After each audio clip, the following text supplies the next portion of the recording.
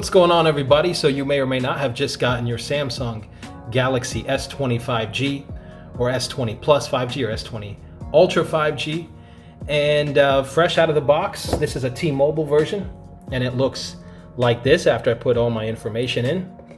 Haven't really restored anything. So what are the first things that you should do when you get this? Now, if you're a veteran with Android phones or with Samsung in general, you probably have your own routine and things that you do. For example, I often use a different launcher. I change a bunch of things, but I think I'm going to stick with the One UI, regular One UI launcher and Samsung launcher on this and see how I like it, as quite a few things have changed over the past year or two. So let's start. I think the very first thing that you should do is enable gestures. Now, as you see, you've got the regular capacitive touch buttons here, and if you, the on-screen touch buttons, just go into the settings, and just anything you want to do, you can just search for it if you're not familiar with the settings menu 100%. So here we see full screen gestures. It's on navigation buttons, and I like first setting it to this button order here where it's back, home, and then your multitasking view. And I'm just going to go to full screen gestures here, and that should be applied right away. Gesture hints, keep that on if you want. That's just going to show this line here at the bottom. I think I'll keep that on for now, and we're ready to go. So that's the first thing to do. And you see, if you swipe from the bottom, you go home. If you swipe up and hold there, you've got the multitasking view there, and you see that we only have settings open. We'll go back home, and the second thing I would do personally, because it looks better, it's easier on your eyes, and it's probably easier on your battery as well, is go into settings and turn on dark mode. Just go to display. You see light, dark. Of course, dark mode in various capacities has been on Android for years. It's been on other operating systems, Windows Phone since like 2011, but a full, deep, dedicated dark mode that's become so ubiquitous now is really just been rolling out over the past year or two across various operating systems. So I don't know about you, but I think this looks a lot better. You see the quick panel here. You see that it's become dark as well. And now what we're going to do is we're going to turn on that buttery smooth 120 hertz refresh rate that I was so excited about, the number one reason that I actually wanted to try this phone. So go back into settings, and I'm just going to search. You see I've searched for it before, high refresh rate, or you can just start typing in refresh rate and you'll see it pop up here. And there we are. There we have it in the settings. It's on the standard refresh rate of 60 hertz. And like I said, we are just going to turn that on to 120 hertz. Tap on apply, and you're not really going to be able to tell on this video what the difference is because it's not a 120 frames per second video, but I can assure you that it is noticeable. I think it's going to be noticeable to everybody. Whether they care that much, whether it matters that much to them, that's a different question. But if you've only been using 60 hertz display smartphones, you are going to notice 120 hertz. Now, you're going to have to make sure that your resolution settings are at FHD plus. If you go into display here, you see motion smoothness, and you see the screen resolution, because if you set it to WQHD plus, you're only going to get 60 hertz for your refresh rate. But I mean, on a screen this size, again, this is the regular S20, I would probably have it on the default FHD plus anyway, whether we're 60 hertz or 120 hertz. So it's just a bonus that you can get 120 hertz if you keep it at that full HD plus. So next thing I'm going to have you do here, our fourth item, is to make sure you went ahead and you set your biometrics. Now, you're with your fingerprints, for example. You see I've got, let me do this off camera real quick. I've got 3 fingerprints programmed in here, and it's basically just my right thumb twice, and I usually do my left thumb twice as well, just so that it reads it a little bit more accurate. Now, I think you can only do 4. I don't know if they've changed that, but let's add a fingerprint here. I'll add the second instance of my left thumb, and I took off the screen protector that's kind of built into this, or that they have pre-installed. I'm not a big fan of screen protectors, so if you do have one, make sure that it's fully compatible. Maybe I don't know, just make sure it's compatible with this. Read up online, see what's your favorite, which option is your favorite for a screen protector. get a full scan, reposition the thumb each time, and there we go. So I've added my right thumb twice, I've added my left thumb twice. I really didn't have any problems with the fingerprint sensor on the S10 or the Note 10, so I'm not expecting any problems here. Only thing I kind of wished was that the animations were a little bit smoother, sort of the aesthetic of the whole thing, you know, a little bit less janky, and I think we're going to get that, especially with the 120 hertz display. So the next thing we're going to do, item number 5, is back to display, sticking to settings, and our screen mode here. Make sure that that's on vivid. I personally prefer that. If you go to natural, you'll see the colors not as punchy, they don't pop as much. However, they may be a little bit true to life, a little bit more accurate, but it's just a lot more pleasing in my opinion with vivid. And then you can adjust the white balance if you want to, and there's an advanced settings menu here that lets you adjust the red, the green, the blue. But I like to just go to vivid and keep it on the default vivid mode. Now sometimes Samsung will have it on natural out of the box. I think they did that with the Note 10 and the S10, and you have to manually go to vivid. This was set to vivid out of the box for me, so make sure it's on that. I think the next thing I'd have you do is go to your Dolby Atmos and make sure that that's on for better audio. I'm going to press and hold there and turn it on, and you can put it in different modes. Obviously there's music, there's voice, there's movie. I'm going to keep it on auto, excuse me, and it's just going to enrich the audio experience on this through the speakers, and it's just going to sound more lifelike, and the speaker system, or the sound quality through the speakers on these Samsung flagships, really since the S10 and maybe even before that, has been really good. Very, very, right up there with the best of them. So with Dolby Atmos, it's just going to sound that much better. So the 7th thing I'm going to have you do is go to your status bar here. You can just type in status bar in the search in the settings, and make sure that it's set to show all notifications. I think by default for a lot of people it just says the 3 most recent notifications. Now that's up to you. If you would rather this be, I don't know, a little less crowded, a little less cluttered, then you can keep it at 3 most recent. I prefer to show all notifications, and by default show battery percentage is going to be off. So unless you just want that battery icon on the top right, I personally prefer to see the exact percentage left of my battery. So you just toggle show battery percentage, and you'll get your battery percentage. So it's easy to get that to show if you turned on the phone and you're wondering where the heck that is. That's been off by default pretty much ever since Samsung instituted this punch hole display. So next I want to take you to the always on display. So let's search that up here. Again, you can always just go through the regular settings menu, but it's easy to just search from up there and start customizing that how you want. Now I think that always on display is one of the best features of Android phones and a few other operating systems. I don't have to touch the phone, turn the phone on, whatever it is, wake the phone just to see my notifications or to see what time it is, or if I need a reminder of what the date is, any of that. So I personally have mine as show always. You can have it to show as scheduled. You can have it to just tap to show. For me, if it's just tap to show, then you're basically waking your phone anyway, and it makes it a little bit more pointless. But I'm not going to tell you how to use your phone or how you should prefer using always on display, but I prefer it on show always.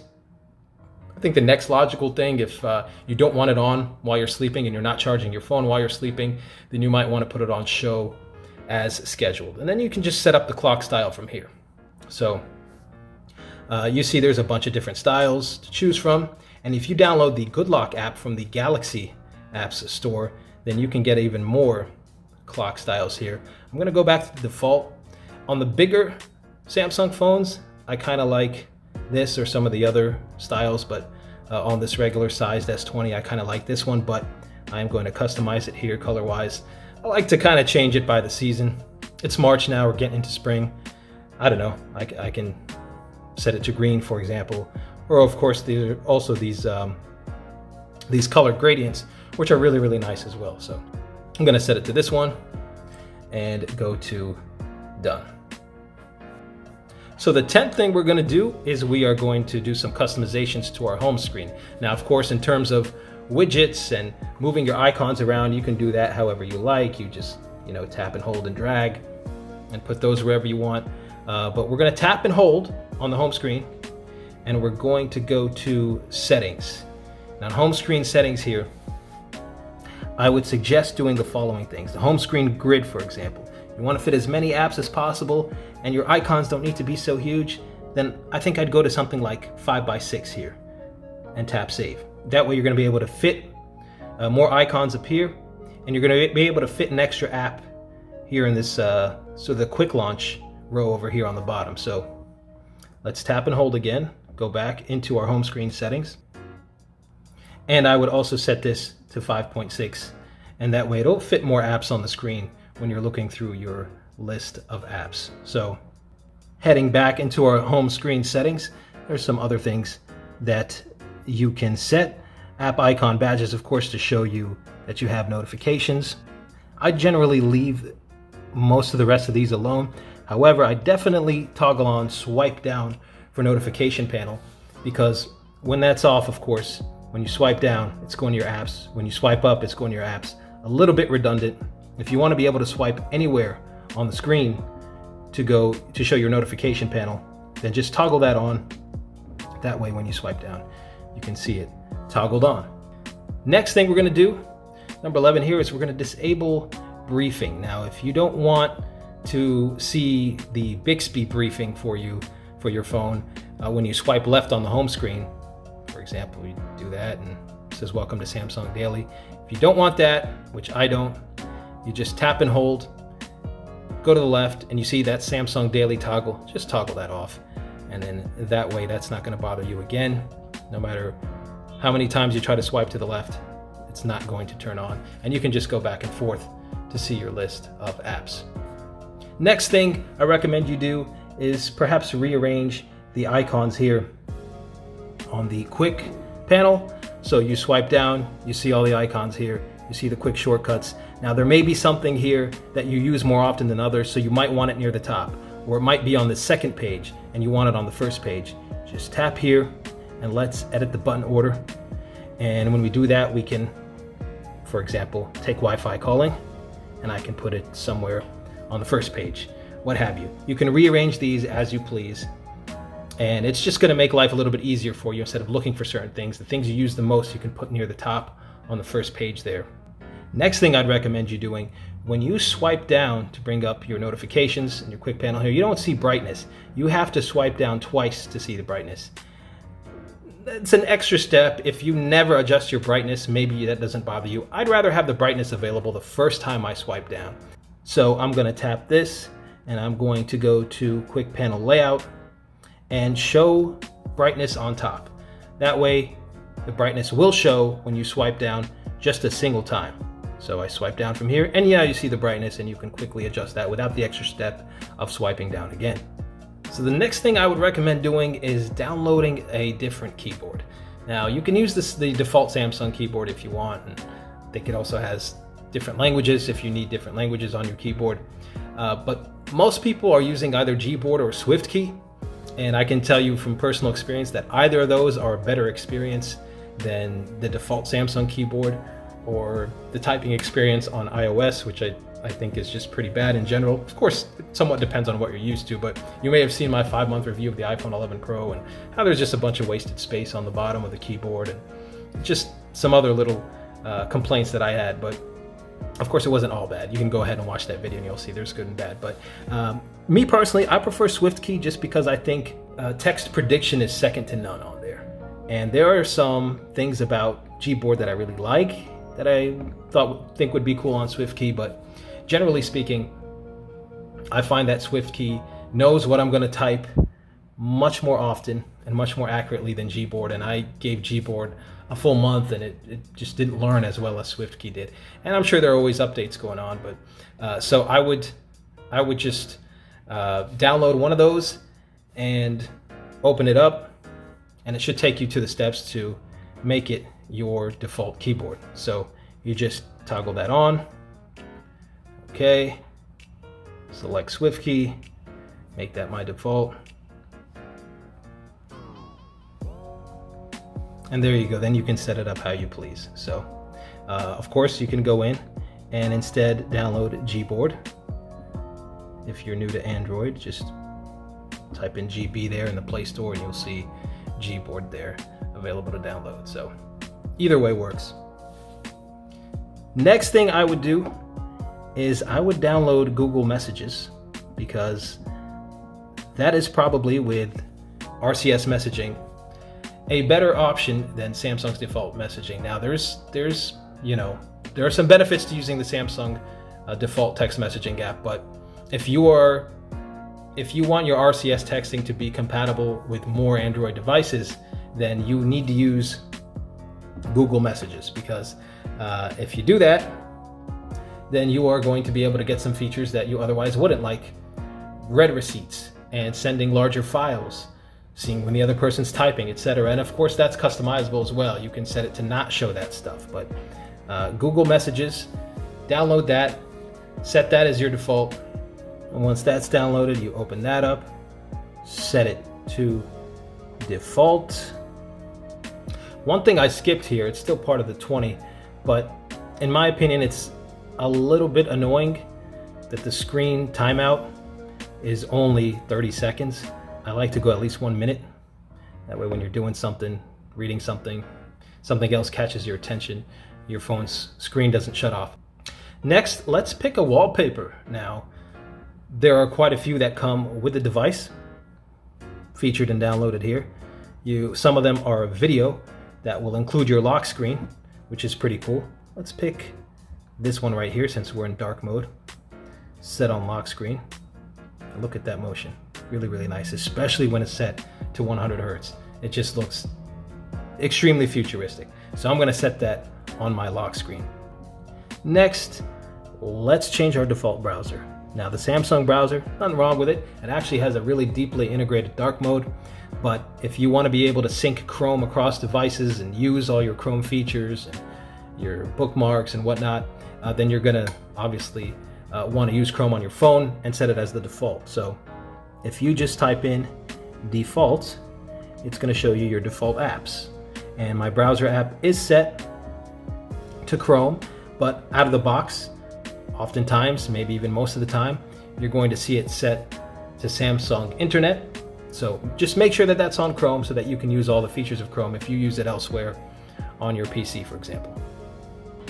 Next thing I would do is make sure my autofill service is Google's and not Samsung's.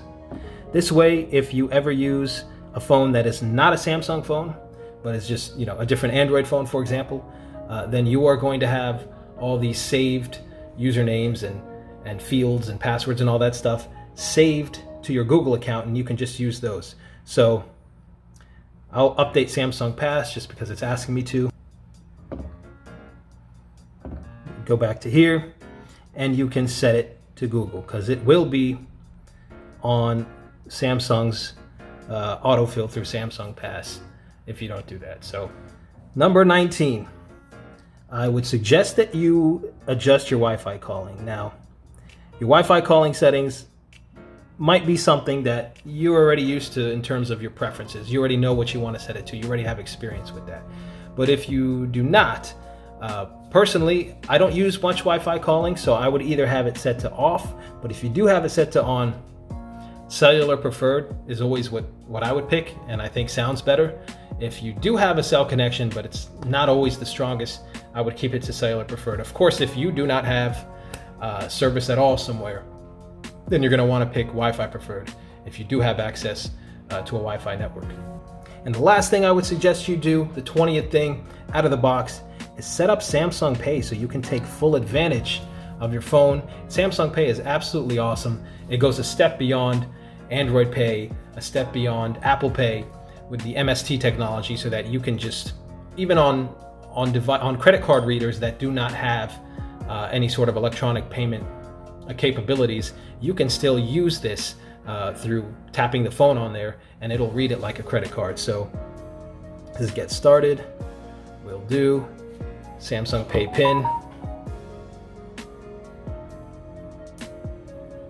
and voila. So, and you can just follow the directions on here to add various cards. It could be a debit card, it could be a credit card, whatever you want, so that you always have that ready. So that's it. First 20 things to do when you get your Samsung Galaxy S20 5G, S20 Plus 5G, or S20 Ultra 5G.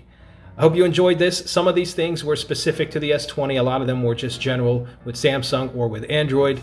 I hope you found any of it useful, and stay tuned for more S20 coverage.